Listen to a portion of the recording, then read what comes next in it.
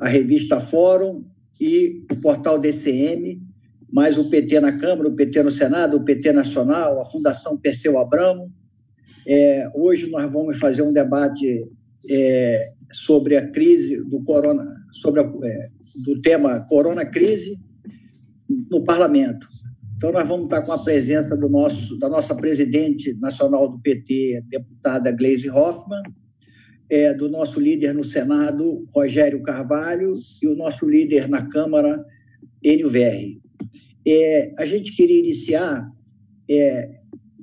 com a presidente do partido, a Gleisi, explicando que é uma coisa que as pessoas vêm falando muito hoje na rede, que é a apresentação amanhã, em conjunto com uma série de entidades e partidos, do pedido de impeachment do Jair Bolsonaro. Eu queria que a nossa presidente iniciasse a sua fala falando sobre esse tema e também tem uma justificativa aqui do nosso líder no Senado, Rogério Carvalho, porque ele está, ao mesmo tempo que está aqui na nossa live, ele também está na sessão, e ele vai ter que entrar e sair, como ele disse, por conta de que ele está acompanhando a votação de um projeto importante lá. Então, eu queria começar com a nossa companheira Gleisi falando sobre a questão do processo de impeachment e, em seguida, passar para o nosso companheiro Rogério, se ele estiver ainda na sala. Boa noite, Alberto. Boa noite, Enio. Boa noite, Rogério. Boa noite a todos que estão nos vendo, assistindo aí pelo portal 247, pelo DCM, Fórum, também pela TV PT. Eu sugiro, Albertinho, até por conta da sessão no plenário do Senado, conheço a dinâmica, que o Rogério pudesse, então, falar conosco e, na sequência, eu falo já sobre o pedido do impeachment, enfim, complemento, porque aí a gente já libera o nosso líder para ir lá orientar o nosso pessoal e fazer o bom combate. Bom, primeiro, boa noite a todos, o meu companheiro Enio Verri, companheiro de liderança, a nossa querida presidente Gleisi Hoffmann, que tem feito um papel extraordinário, representando aí o maior partido da América Latina, o maior partido do Brasil, e também representando a força das mulheres. Esse partido é especial, inclusive, por isso, viu, Gleisi? Tem uma presidenta mulher, isso é muito importante. Cantalino, prazer falar com você. Eu quero dizer que hoje nós estamos votando aqui no Senado um projeto de lei de autoria da nossa bancada, de nossa autoria, que prevê a utilização de leitos de UTI da rede privada por usuários do sistema público de saúde. O nosso relator é o Humberto Costa, que foi líder do PT no Senado no ano passado e um senador conhecido de todos. E eu estou aqui acompanhando a votação e, por isso, devo me ausentar em alguns momentos, talvez em grande parte da live, em função dessa votação. Mas quero deixar aqui o recado de que o Brasil vive um momento muito difícil, um momento em que não é a inação do presidente que complica o combate à pandemia, é a ação contra as medidas acertadas, as medidas corretas de combate à pandemia, que é do isolamento. Ele é o principal elemento de boicote à defesa da vida. Agora, ele mesmo autorizando por conta própria o uso da cloroquina sem nenhum tipo de autorização científica, sem nenhuma evidência científica da sua eficácia. E eu estou aqui dizendo e quero dizer para todos que o Brasil tem que assumir a defesa da vida e o impeachment do presidente atual é, na verdade, uma força em defesa da vida. Eu acho que o que está em jogo neste momento é a defesa da vida e o presidente é um elemento que coloca em risco a vida de todos os brasileiros e brasileiras neste momento de pandemia e também a economia. A gente viu o Pronamp, que é o programa de auxílio às micro e pequenas empresas, os vetos que ele fez, principalmente no item que é a carência. A gente viu o veto dele a mais de 20 categorias profissionais para receber o auxílio emergencial. É importante que todos os nossos seguidores, todos que estão assistindo a TV PT, que estão assistindo a TV 247, que estão nos assistindo, que entendam que o que o presidente tem feito é só forçar a abertura e expor a população à contaminação. Isso é uma ação genocida e nós não podemos conviver com isso e, portanto, esse presidente precisa ser julgado e impedido de continuar a produzir mortes no nosso país, que é isso que a gente está vendo. Já são mais de 18 mil mortos e a perspectiva é muito sombria diante da atuação do presidente, que atrapalha a ação dos governos estaduais, a ação de quem quer combater essa pandemia e evitar a morte. Como nós somos um partido que temos como causa principal a defesa da vida, a garantia de direitos, a democracia, as liberdades individuais, todas as questões que são fundamentais no mundo civilizado, nós temos o dever de nos colocarmos em luta contra esse presidente, e a forma é o impeachment já. Então, eu me despeço de todos e volto aqui para a sessão do Senado. Impeachment, sim e já. Obrigado, presidente. Obrigado a todos vocês.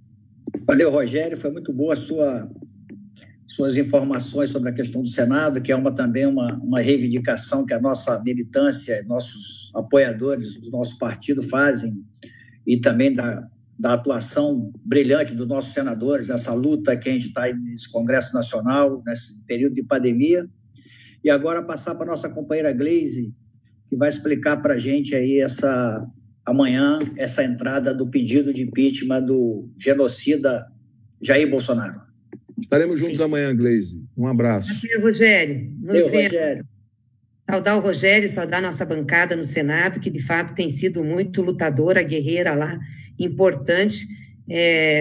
Fizeram a votação do Enem, adiando o Enem, que já veio para a Câmara também, para a gente atuar, ou seja, temos que proteger, né, a maioria dos estudantes brasileiros que não têm acesso à internet como uma parte tem, ou não tem os mecanismos, né, de educação à distância, e, portanto, entrariam com certeza em condições piores numa disputa. Então, essa ação do Senado, da Câmara também no apoio, fez com que o governo, de fato, adiasse o Enem. Então, quero parabenizar, porque teve uma atuação grande da nossa bancada lá e do nosso líder, Rogério.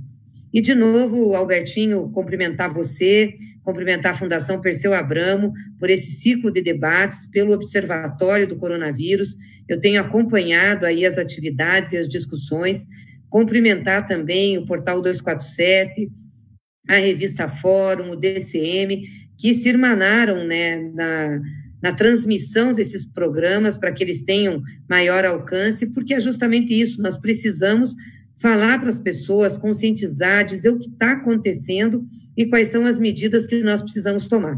E também faço aqui uma saudação ao nosso companheiro Aloysio Mercadante, que é o presidente da FPA, e a TV PT, que está sempre junto aí, transmitindo os programas, né? E todo o pessoal que está nos assistindo nesse horário, mesmo tarde, que está nos acompanhando.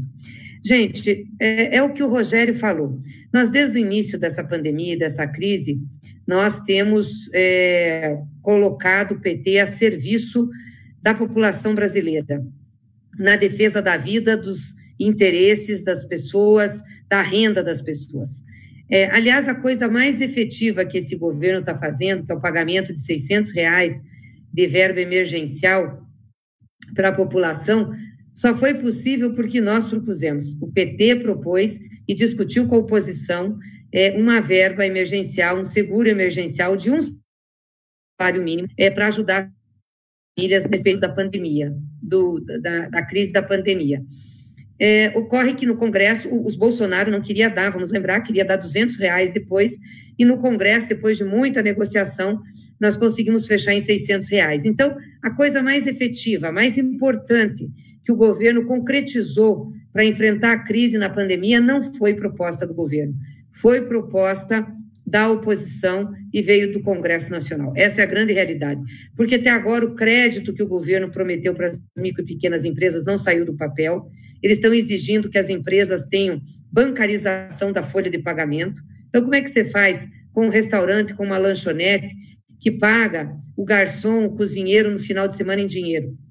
Esse não pode pegar crédito, né? Autorizar as empresas a suspender o contrato de trabalho e diminuir salário. Ou seja, não estão colocando crédito barato para as empresas para poder ter capital de giro e poder chegar lá na frente em pé para ter as suas atividades e continuar empregando. Apostam contra a ciência e a saúde, estimulam o convívio social quando a gente precisaria o isolamento, estimula o uso de remédio que não está provado, briga com o governador, com o prefeito, com o médico, com o cientista, ou seja, Bolsonaro não tem capacidade para ser presidente da República, não tem capacidade administrativa, política, humana. Ele não consegue se colocar no lugar do outro, ele é capaz de fazer piada com a morte, né? Ele fala, e daí? Eu não sou Messias para salvar as pessoas, ou diz que a direita toma cloroquina e a esquerda tubaína, como se nós tivéssemos, entendeu, uma grande converscote e as pessoas estivessem se divertindo. Lembrar que nós temos já um número de mortos, né, oficial, que está subestimado, mas que passa aí dos 14 mil, já está nisso, e muito mais de 200 mil pessoas infectadas. Então, é uma barbaridade. O que nós estamos vendo é que o problema não são medidas que a gente possa apresentar e o governo executar, porque já tentamos todas.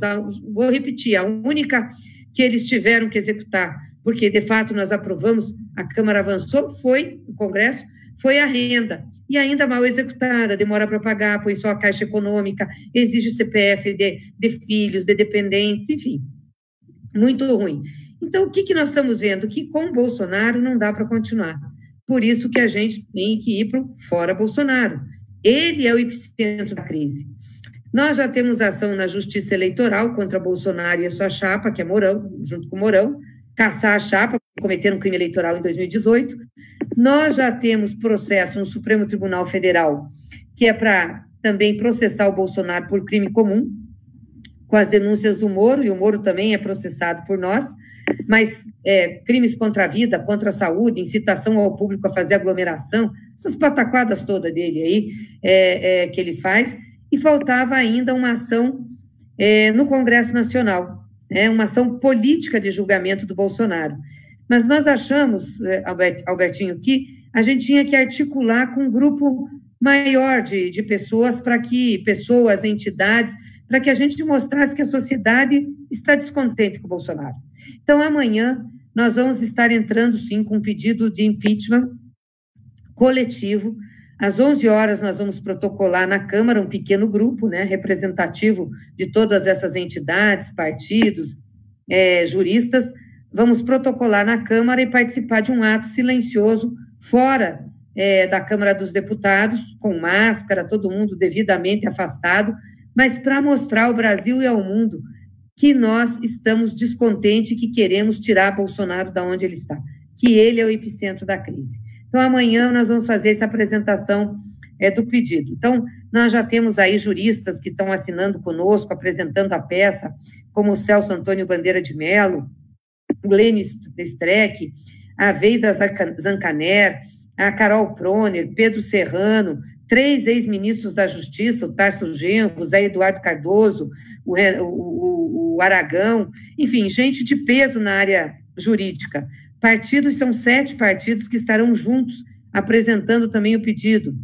O PT, o PSOL, o PCdoB, o PCB, o PCO, o PSTU e a UP, que é o mais novo partido que foi criado aí, que é a União Popular, partido também de lutas populares. E mais de 400 entidades assinam conosco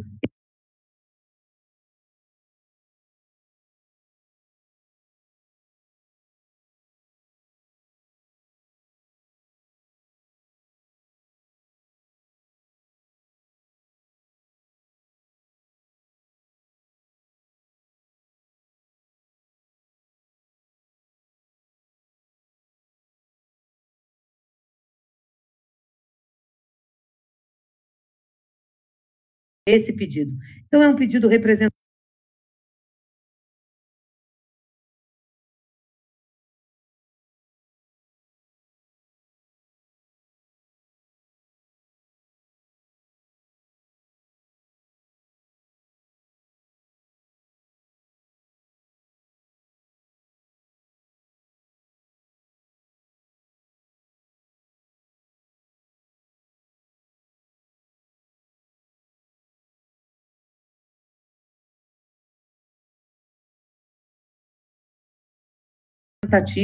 Eu espero que o Congresso tenha sensibilidade, o presidente da Câmara também tenha sensibilidade, perceba isso e que a gente possa, no mais curto período de tempo, instaurar esse processo. Porque se o Bolsonaro não sair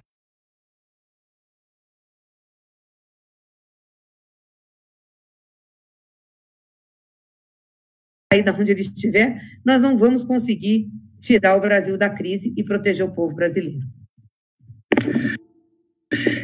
Isso é bastante significativo, esse apoio dos partidos e dessas 400 entidades. Também essa questão que você colocou dos juristas, vai ser uma lógica aí do Bolsonaro com o Centrão, que ele explicasse um pouco isso também, que é um dos dilemas que o nosso pessoal fica querendo, fica nos questionando nas redes. Enio. Boa noite, Albertinho. Um grande prazer falar com você. Presidenta Gleice Hoffmann, também. Hoje eu não tive a oportunidade de fazer nenhuma reunião com ela ainda, né? Fazemos 3, 4 por dia. Um cumprimento especial ao senador Rogério Carvalho, e reconhecendo a sua ausência, até porque a pauta que ele está votando hoje no Congresso, no Senado, é muito importante para nós.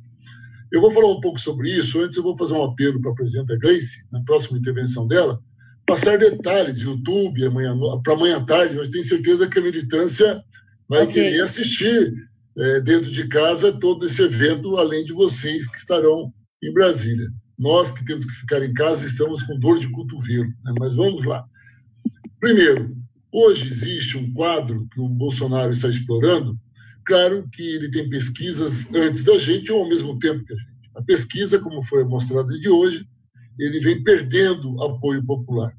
O debate do impeachment é um debate que implica, basicamente, ele reduzir a sua base social, de um lado, e não ter votos suficientes na Câmara dos Deputados para garantir que ele fique.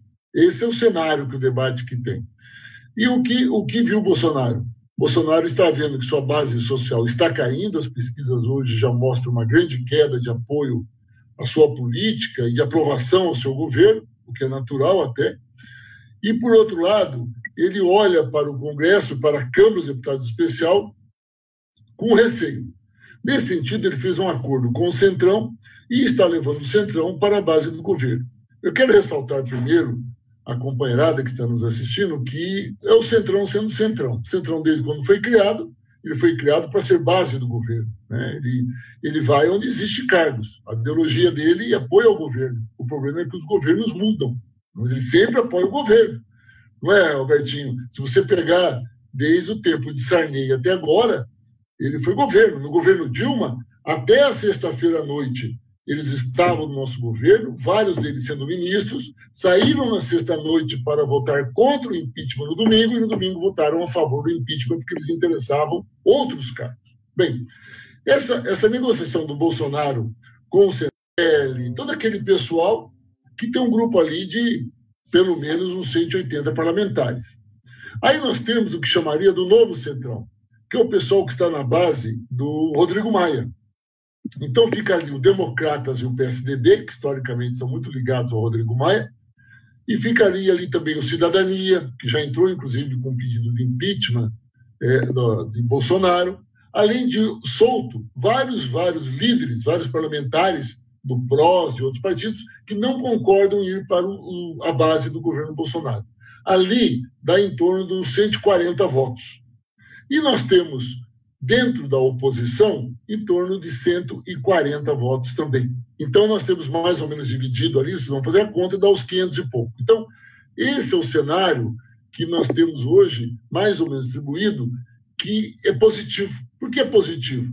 É positivo porque ninguém tem o número de votos suficiente para passar na marra alguma pauta. Isso força uma negociação por parte, em especial, do que a gente chama do Novo Centrão, que é a base do Rodrigo Maia. Isso nos permite impor alguns acordos, permite aprovar algumas pautas que são interessantes e também permite conter alguns golpes. Eu quero ressaltar aqui, da semana passada, a medida provisória 910, que é a medida provisória da grilagem. O mundo todo, Albertinho, olhando essa medida, o mundo da cultura manifestando-se contra isso, e começou a votação, foi uma briga muito grande. Chegou uma hora que o MDB, que tem o seu partido dividido, uma parte que é para o governo, uma parte não quer, mas está ligado ao Rodrigo Maia, pediu para suspender a sessão, para retomar a sessão hoje, nesta quarta-feira.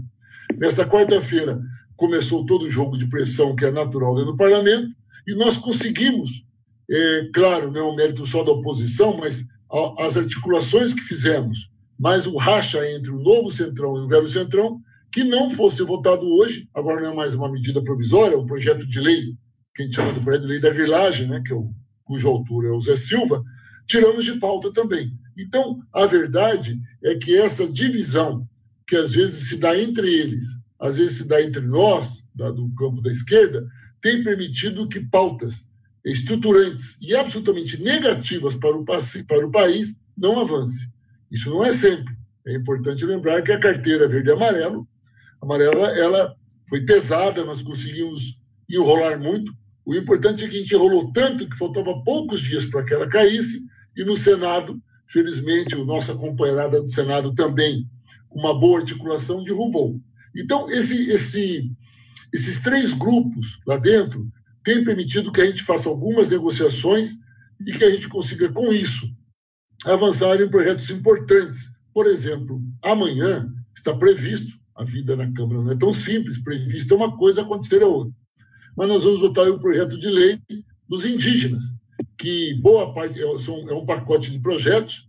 A cabeça desses projetos é da deputada Rosa Neide, do PT do Mato Grosso, mas ali tem de muitos companheiros e companheiras do PT, do PSOL, do PCdoB, e a relatora vai ser a deputada Joênia, a primeira indígena, né, mulher, que é deputada federal do Rede, e ela vai ser a relatora.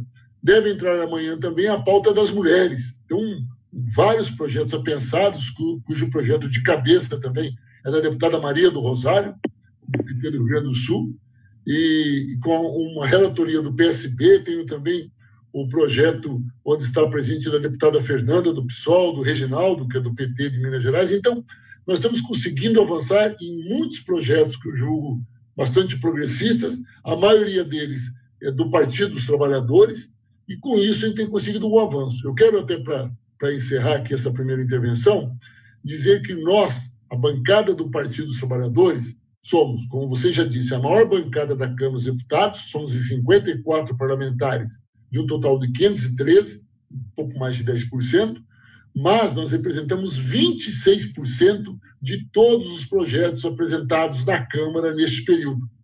Os nossos projetos são riquíssimos.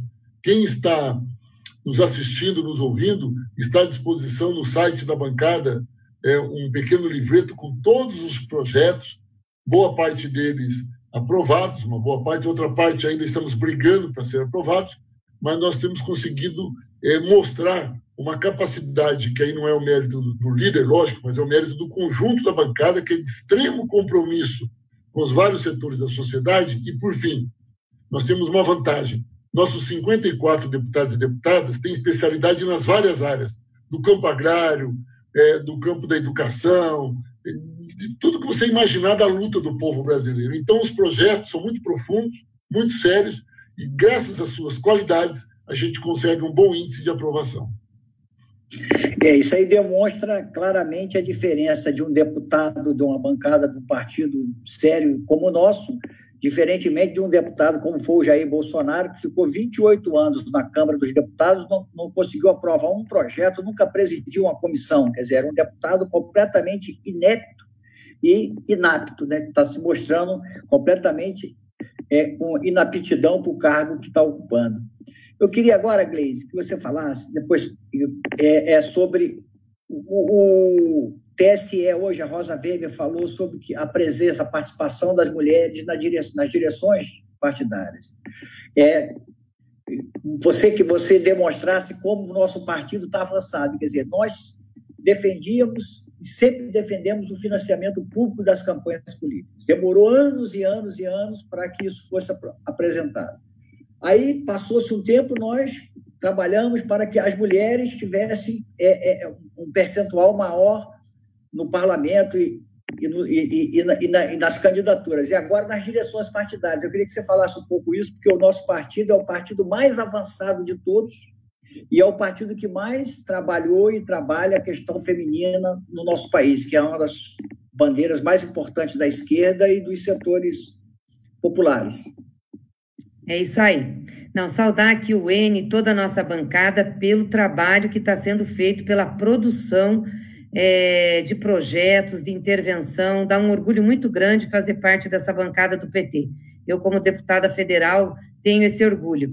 E agradecer também à Fundação Perseu Abramo, aos NAPs, os núcleos de apoio de políticas, de avaliação de políticas públicas, que sempre interagem com a bancada, com os nossos deputados, ajudando sempre a gente a ter orientação técnica nos projetos. Então, a produção do PT no Congresso Nacional, ela é muito boa e de grande qualidade, né? Não é por outra razão que muitos projetos são aprovados, às vezes não literalmente do PT, porque o pessoal não gosta de dar para a gente a primazia, aí pega os nossos projetos, faz uma redação um pouco diferente e aprova um parecido. Mas, enfim, a gente tem que se orgulhar por estar ajudando o Brasil e defendendo o povo brasileiro, independente de quem esteja no governo, né? Porque eu acho que se tivesse uma posição oportunista, a gente ficaria quieto vendo o circo pegar fogo, porque essa é a realidade com um governo tão irresponsável como esse. Mas a gente tem procurado ajudar e a produzir para que tenha a proteção do povo brasileiro. E em relação às mulheres, eu vi que a Rosa Weber se pronunciou, parece-me que até estão querendo fazer um financiamento diferenciado para os partidos que tiverem mais mulheres na direção, para incentivar, né? Porque a lógica da política ainda é muito masculina, não é só machista, ela é masculina também, de códigos, de forma de atuar, mas o PT, ainda bem, está na frente nisso.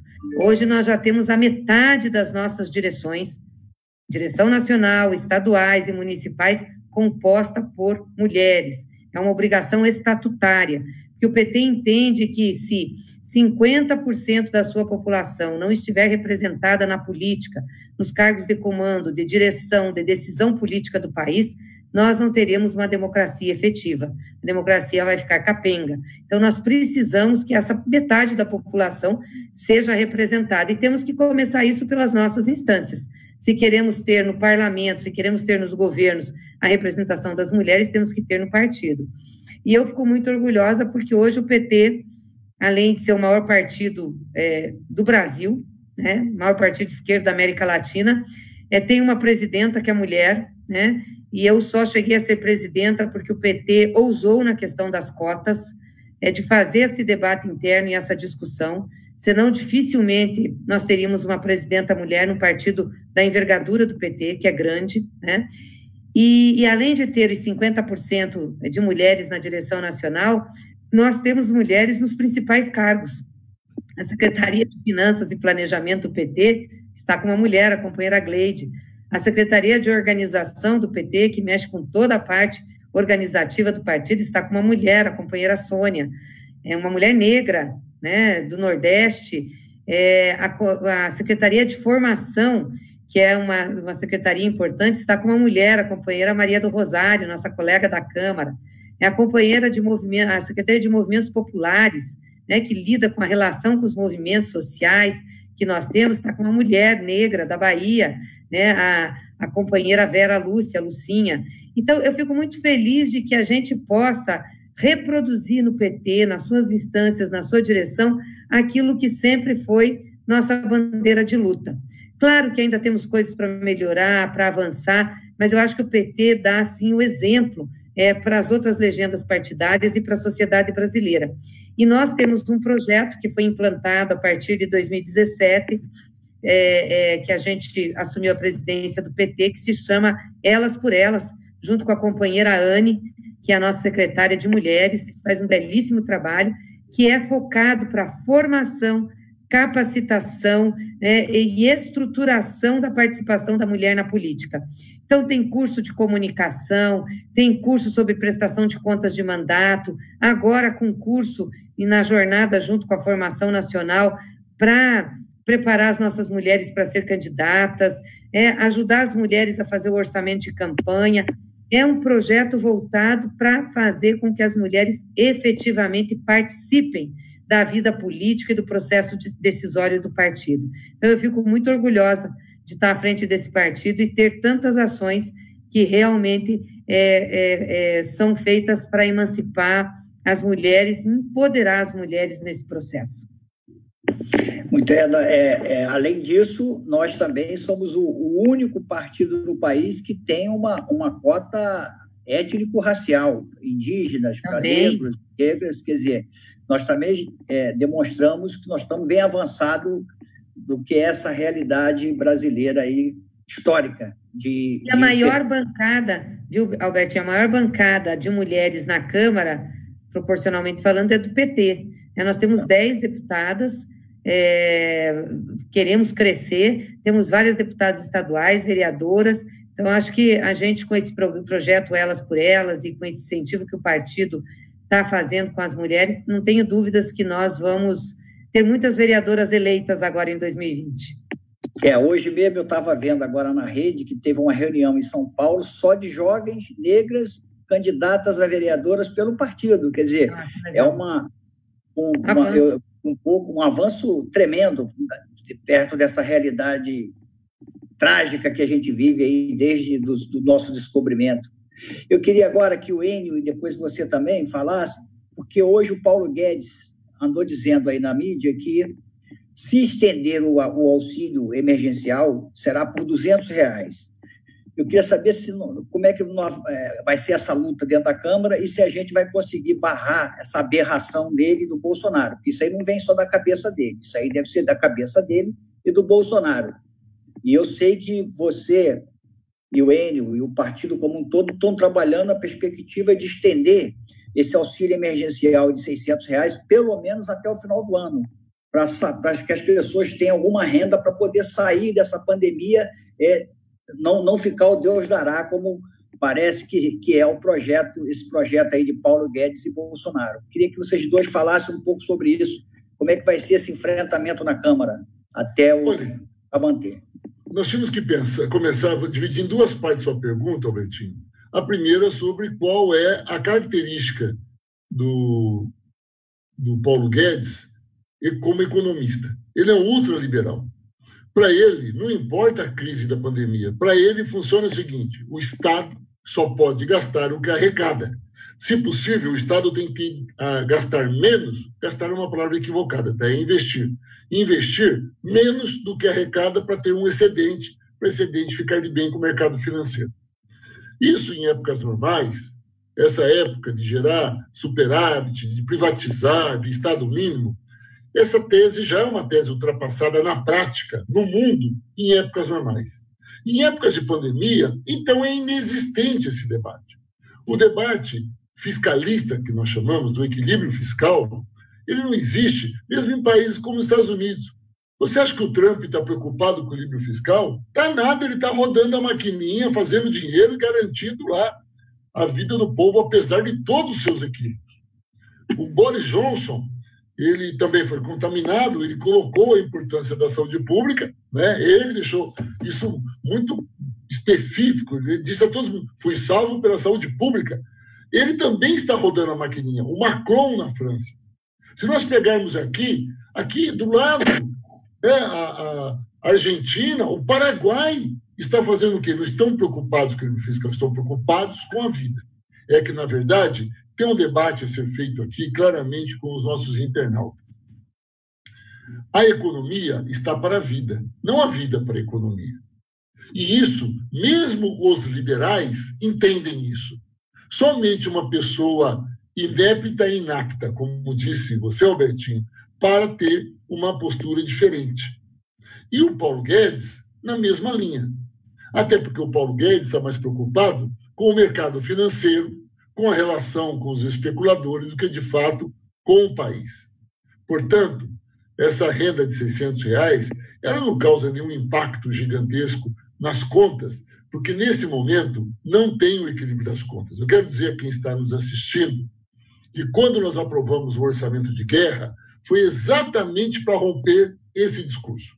Porque, veja só, tem hoje a emenda constitucional 95, que não permite gastar lá acima da inflação, tem os limites constitucionais, tem a lei de responsabilidade fiscal, que todas essas leis, elas prendem os investimentos do Estado brasileiro à receita. Quando você cria um orçamento de guerra, não tem receita, só tem despesa. Portanto, não tem limite. Então, com o orçamento de guerra, está estourado qualquer preocupação com limite constitucional em qualquer área que seja. Qualquer área. Bom, esse foi um avanço do parlamento. Nós fizemos isso. Então, não tem que se preocupar com o fiscalismo. Dentro desse cenário, é que mesmo parlamentares e mesmo economistas da direita, temos visto economistas ligados ao Democratas, ao PSDB, com o mesmo discurso que nós da esquerda sempre tivemos. Qual é? Esse não é momento de se preocupar com o equilíbrio. Vamos fazer dinheiro. Esse negócio de a relação dívida-PIB, qual a relação da dívida PIB com dos Estados Unidos? É 5 vezes maior do que a nossa. Portanto, no momento de recessão, a solução é fazer dinheiro, dar condições de consumo, fazer a população ter qualidade de vida, sobreviver bem, garantir um mínimo de equilíbrio da economia, que sozinho a economia cresce. A nossa solução, em momentos de crise não tão grande como essa, foi aplicada pelo presidente Lula e foi muito bem sucedida. Foi aplicada em outras etapas da história da humanidade, dentro do capitalismo, e também foi muito bem sucedida. É o Estado intervindo na vida das pessoas. Isso dá certo.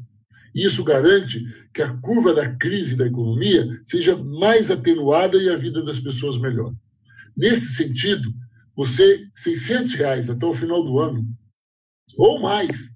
Afinal, o Partido dos Trabalhadores tem a bandeira da renda mínima, cujo porta-bandeiras, Eduardo Matarazzo Suplicy, né, desde quando eu me conheço por gente, a renda mínima cidadã, ela é uma bandeira do Partido dos Trabalhadores, e R$600 nós temos condições, sim, de bancar, inclusive 1 ano após o fim da pandemia, que esse que era o correto. Porque quando acabar a pandemia, a economia vai estar sucateada, micros e pequenas empresas com grande dificuldade de sobrevivência, e serão esses R$600, a garantia de consumo das famílias, que vão fazer a economia voltar a girar e a vida do povo a melhorar. Por isso, não há problema nenhum em manter. Dá 40 bi, disseram, se fosse prorrogar um pouco mais.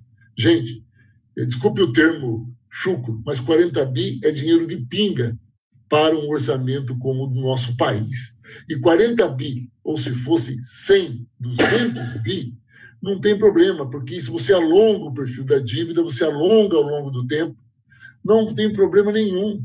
O que nós já pagamos de juros ao mercado financeiro, vamos pegar, por exemplo, a nossa dívida interna, né? Claro que tem que tomar cuidado que a dívida interna são poupadores, são pessoas simples, não estou falando aqui de não pagar, mas pegar essa dívida de curto prazo e alonga, paga um pouquinho de juros e alonga, pronto. Só de você alongar o perfil da dívida, já sobra recursos para garantir a vida da população e, em breve, ela recuperar-se. Agora, dentro da Câmara, é possível passar um projeto? Olhem, eu não sou otimista. Por profissão, não sou otimista. Tem alguma chance, sim. Porque o que determina o comportamento da Câmara é o movimento social, é a demanda social. E não vai dar, quando chegar o mês que vem, que é o 3º mês, e a população está muito mal recebendo, a crise, graças a Bolsonaro, continuando enorme como está, a própria Câmara vai dizer o seguinte: ou nós damos esse recurso para o povo, ou o povo vai morrer de fome, ou esse povo vai saquear, vai invadir o supermercado. Óbvio, não tem o que comer. Por isso, eu entendo que, infelizmente, a crise vai ser tão profunda que vai acabar forçando que esse projeto seja aprovado nos R$600. É imoral falar em reduzir esse valor. Valor pequeno, a bandeira do PT era 1.045, que era o salário mínimo, falarem reduzimos, porque era uma construção de um acordo, o que era possível ser aprovado. Agora, reduzir, não há espaço de negociação para isso, e tenho certeza que o próprio Centrão vai querer ficar de bem com o Bolsonaro. Ele sempre quer ficar de bem com quem lhe dá o emprego, mas ele não é besta e vai ouvir as ruas. e entre Bolsonaro e quem os elege, eu não tenho dúvida, ficarão com quem pode elegê-los. Por isso, eu estou confiante que esse debate será aprofundado e, em breve, daqui a uns 30 dias, será pauta dentro da Câmara dos Deputados. Obrigado, Enio. Eu estou vendo que o nosso companheiro Rogério voltou aí no Senado. Eu queria também que ele desse eu queria fazer duas indagações a ele. Primeiro, também essa questão dos R$600 até o final do ano no Senado. E depois, Rogério, aproveitar que você é médico e da área da saúde, foi secretário de saúde em Sergipe, você tem bastante experiência nessa área. Você acredita que o SUS, que nós vamos sair dessa crise, quer dizer, se não fosse o SUS, que é uma criação das forças populares, da reforma sanitária, dos petistas, da esquerda brasileira, se não fosse o SUS, nós estaríamos numa situação mais desesperadora que estamos. Você acredita que a gente vai sair desse processo com o SUS mais fortalecido? Hoje eu vi que, na pesquisa que eu tive acesso hoje, 89% da população brasileira diz que nós só estamos conseguindo segurar essa carga do coronavírus por causa da luta dos profissionais de saúde e principalmente do sistema de saúde público. Eu queria que você falasse um pouco sobre isso.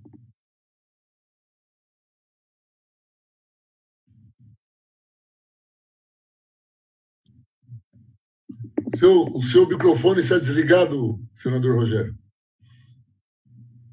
Parece que você não está ouvindo. Estou ouvindo, sim. Eu só não estava podendo falar porque o microfone está desligado.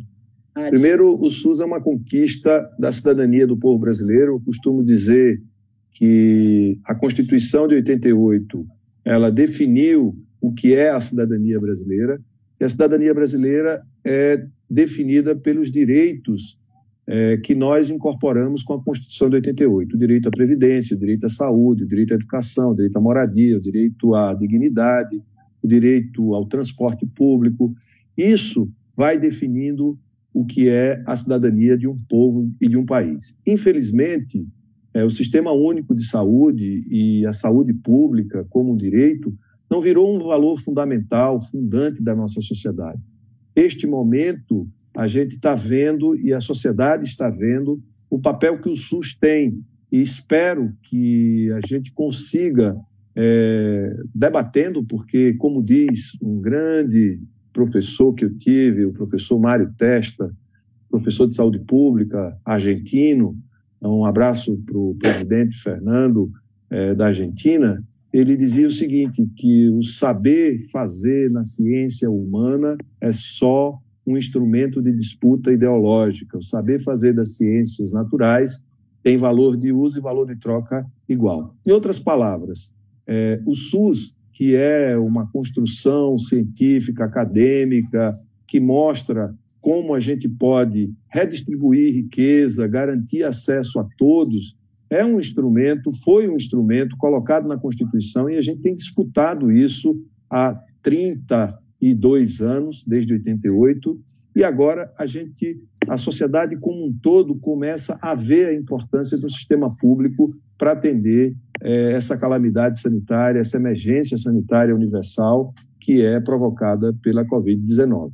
Eu imagino que não só o SUS, como o papel do Estado, deve ser revisto a partir de tudo que nós estamos vivendo. A nossa indústria, a gente está vendo aí o quão fragilizado nós estamos por termos transferido para outros países a produção de bens, de produtos industriais que poderíamos produzir naturalmente aqui, que tem mercado consumidor, assim como o SUS, assim como a nossa Previdência, o nosso sistema de proteção social, que era um dos mais bem estruturados do mundo, que sofreu um ataque frontal por este governo, que pratica a necropolítica, né, que fez a medida provisória do pente fino, que na verdade foi para humilhar as pessoas deficientes, as pessoas com doenças adquiridas ao longo da vida. Ou seja, nós temos que, e o PT tem um papel importante de definir um projeto de reconstrução do Estado brasileiro, de reconstrução do país. Eu acho que a gente tem um desafio enorme e inclui aí o nosso Sistema Único de Saúde, o financiamento do nosso sistema, a gente precisa repensar e remover da Constituição essa emenda 95, que estabelece um teto de gastos. A gente tem um conjunto de tarefas para a reconstrução do Brasil. Assim como não é possível o crescimento econômico, não é possível a gente diminuir as diferenças regionais, as desigualdades regionais, as desigualdades sociais, sem um Estado forte, sem um Estado presente na vida dos brasileiros. Então, nós, petistas, temos um desafio, olhar para frente, olhar e construir uma proposta que convença os brasileiros, de uma maneira geral, de que é preciso reconstruir o país, reconstruir o papel do Estado. Isso não quer dizer que o Estado está diretamente vinculado à produção deste ou daquele serviço. Não é isso. É ter um papel muito mais redistributivo. A gente precisa repensar isso. E vamos viver um tempo em que a inteligência artificial vai estar intensamente no processo produtivo. Como é que as pessoas vão viver? Como é que nós vamos garantir a subsistência das famílias, da população? Como é que nós vamos garantir o mercado interno se não tem renda, se não tem gente no mercado consumidor? Então, o PT é um partido que tem um papel relevante na vida dos brasileiros. A gente precisa... Quem é petista sabe do papel que o PT tem, mas a gente precisa convencer muitas pessoas que se afastaram do PT, a gente precisa trazer de volta muitos petistas em torno de um projeto de reconstrução do Estado, de reconstrução da sociedade brasileira, em torno da solidariedade, da empatia, do humanismo. Nós precisamos reconstruir o Brasil e o PT não vai ser só ele, né? A gente não pode puxar para nós só essa responsabilidade, mas nós temos um papel na reconstrução de um país que possa fazer com que o Estado redistribua a riqueza, que o Estado diminua as desigualdades sociais, as desigualdades regionais, e a gente tem um Estado de fato presente, acolhedor, protetor, que cuide das pessoas. Esse é um desafio que está dado para o Partido dos Trabalhadores, está dado para todos aqueles que acreditam num projeto civilizatório, que acredita na defesa da vida, na inclusão pelo direito, na inclusão pela renda. O PT foi o partido que mais incluiu pela renda, com o aumento do salário mínimo, um partido que investiu na Luz para Todos, no Minha Casa Minha Vida, na bancarização da população, que teve uma relação internacional que ajudou a constituir o G20, que sextuplicou a nossa exportação, saímos de 60 bilhões de dólares por ano para 240 bilhões de dólares, criamos uma reserva cambial extraordinária que este governo está queimando de forma desordenada. Este partido tem uma contribuição e eu espero que a sociedade brasileira possa nos ver como uma esperança, como um partido e uma força que pode ajudar.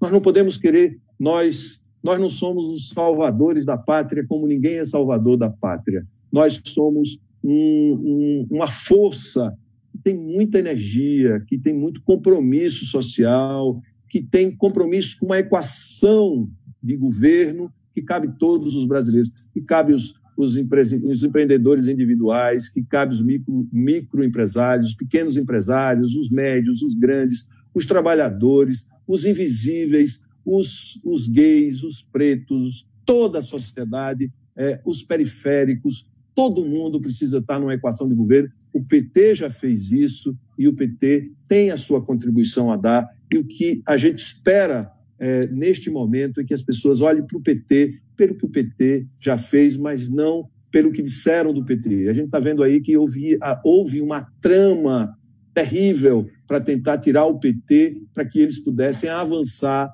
numa agenda que produz desigualdade, que produz concentração de riqueza, que produz um estado de uma situação na sociedade que é uma situação indesejável em qualquer lugar do mundo. Então, o PT tem um lugar na construção, na reconstrução do Brasil, e temos uma presidente, temos um ex-presidente Lula presidente Dilma, nós temos um líder universalmente respeitado, nós temos um legado que precisa ser observado, mas, óbvio, os desafios são novos, o momento é outro, e a gente também precisa se renovar, mas a nossa história, a nossa acumulação nos dá a condição de contribuir com um projeto de reconstrução do Brasil e reconstrução do Estado e reconstrução de uma vida mais solidária, de um país mais solidário, mais igual, menos desigual e mais justiça social. Obrigado, Rogério. Nós estamos caminhando para o final, porque nós temos um horário apertado por conta também dos nossos parceiros, que têm uma programação vasta. Eu queria que, caminhando para o encerramento, que a nossa presidenta ela falasse um pouco sobre o plano, a proposta de plano que a executiva do partido aprovou essa semana, e que também você fizesse uma mensagem, Gleisi, para a nossa militância, para os nossos simpatizantes, os amigos do PT, que estão aí na luta, sofrendo com esse desgoverno Bolsonaro, alguns até caminhando para o desespero, mas que esperam que do nosso partido, da nossa liderança, de você, do Enio, do Rogério, do Haddad, da Dilma, do Lula, uma palavra de firmeza, que eles possam atravessar esse período difícil, mantendo viva a chama do nosso partido e do nosso legado. Ô, Cantalino, antes da Gleisi falar, a chama da vida, né? Cantalice, Gleisi, nós precisamos manter a chama da vida, da civilidade, da evolução, e eu acho que o PT tem uma contribuição muito nobre, muito verdadeira a dar ao Brasil. Isso mesmo, Rogério, o PT está ligado à vida desde que foi fundado, nascemos, constituímos para defender a vida do povo brasileiro, do povo mais pobre, para que esse povo tivesse direito à dignidade, à cidadania. E foi isso que fizemos nos nossos governos e é por isso que lutamos nos nossos mandatos.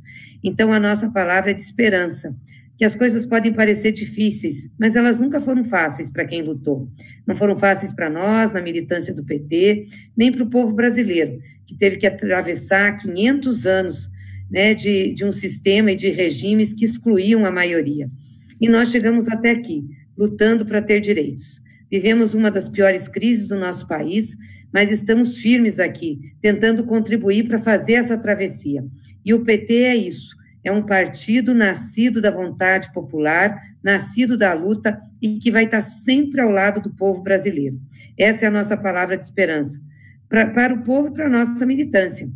E dizer que agora, depois dessa produção que nós tivemos, emergencial para o enfrentamento da crise do coronavírus, nós estamos fazendo um plano de recuperação, né, de reconstrução do Brasil. E contamos com isso, com a Fundação Perseu Abramo para nos ajudar, com um centro de altos estudos que está sendo criado para isso, para que a gente possa, em atravessando o pior dessa crise, dizer para o Brasil como que nós vemos a sua reconstrução. Qual é o projeto de economia que nós queremos para o país? Não é esse neoliberal que está aí. Como disse o Rogério, o Enio, desse nós queremos pular fora. E, aliás, toda a crise oferece uma oportunidade. O presidente Lula hoje foi muito criticado por uma frase que ele foi mal formulada, ele reconheceu e pediu desculpas, mas o que ele queria dizer, na sua simplicidade, era que essa crise trazia a oportunidade de a gente melhorar o sistema que nós temos hoje de políticas públicas para o povo brasileiro, de fortalecer o Estado. Nem tudo pode ser resolvido pelo mercado.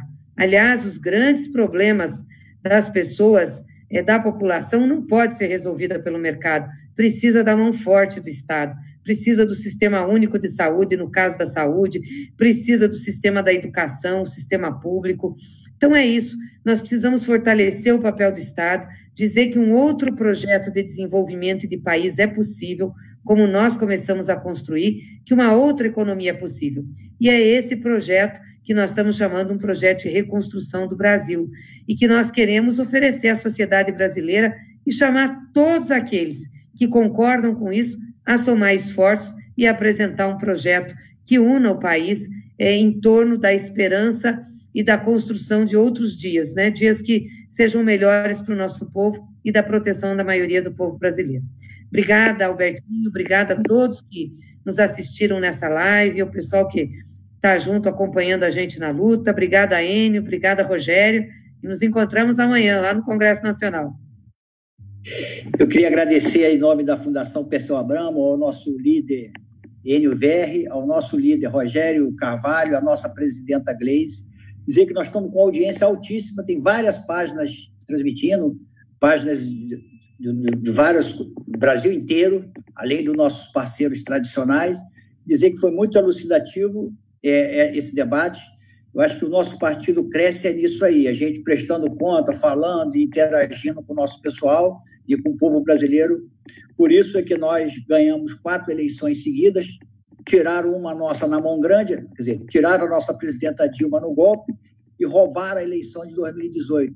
Mas o PT continua firme e forte e vamos à frente. Muito obrigado, Gleise, muito obrigado, Enio, muito obrigado, Rogério. Vamos adiante. Tchau.